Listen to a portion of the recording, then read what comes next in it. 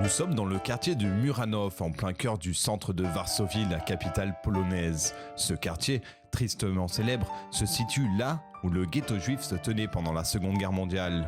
Totalement rasé, il ne reste que ce monument aux morts sculpté par Nathan Rapaport en 1948.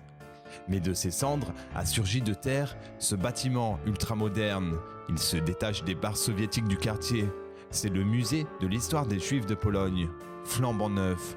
Tout un symbole. Notre musée est un hommage aux Juifs ayant péri pendant la Shoah en montrant comment ils vivaient. 4000 m² d'exposition, 8 galeries. La scénographie se veut narrative. Le but, raconter le quotidien des Juifs de Pologne depuis l'époque médiévale jusqu'à nos jours. Et par là, montrer que la vie juive polonaise a une histoire plus que millénaire. Entre autres trésors, cette réplique de la synagogue de Gwodziec, qu'on appelle la chapelle Sixtine du monde juif. Ces synagogues sont parmi les plus belles expressions de ce que j'appellerais la symbiose juive polonaise. Nous avons trouvé le savoir-faire de construction grâce à l'aide de 300 volontaires et experts. La construction de ce musée a fait l'objet d'un concours international et c'est un architecte finlandais qui a gagné, Rainer Malamäki. Il a voulu un lien ouvert avec tous, avec des symboles forts. Le mot Poligne, Pologne en hébreu, est écrit sur toute la façade. Et cette verrière, elle est la plus grande du pays. La lumière est l'une des caractéristiques essentielles de ce bâtiment. Cela représente l'idée de transparence et de fluidité, et le fait d'être ouvert à toutes sortes de gens, de tout continent et de toute culture, mais aussi le fait d'être prêt à aborder toutes sortes de questions. Coût total des travaux, près de 40 millions d'euros et 4 ans de travaux. À l'extérieur, le bâtiment est assez simple, presque comme un quadrilatère, pas plus haut que les immeubles aux alentours.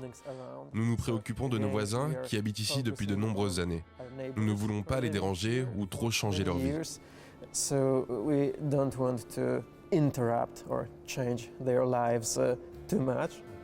Les riverains, justement, comment les Polonais perçoivent-ils ce nouveau musée juif?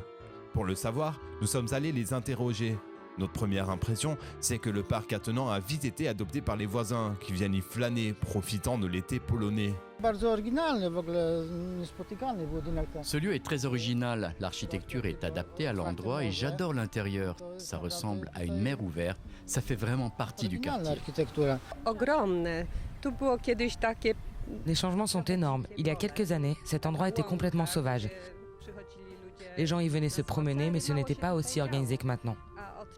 Grâce au musée, ils ont rénové l'espace, ils ont planté des arbres, et maintenant, on s'y sent bien plus en sécurité. Pour s'intégrer, le musée n'a pas fait que planter des arbres. Il était aussi important de créer un lien avec ses voisins, en leur demandant de s'impliquer dans le travail de recherche historique. C'est un endroit extrêmement vivant. Maintenant, ils organisent un festival de films pour éduquer, des films juifs. Il y avait aussi une exposition dédiée au quartier de Muranów, où les habitants ont apporté leurs propres photos de famille d'il y a 35 ans et qu'ils collectionnent ici.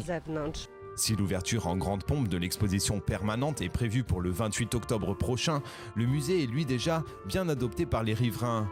À Muranów, c'est donc grâce à un bâtiment futuristique que le musée d'histoire des Juifs a réussi à réconcilier les Varsoviens avec leur passé.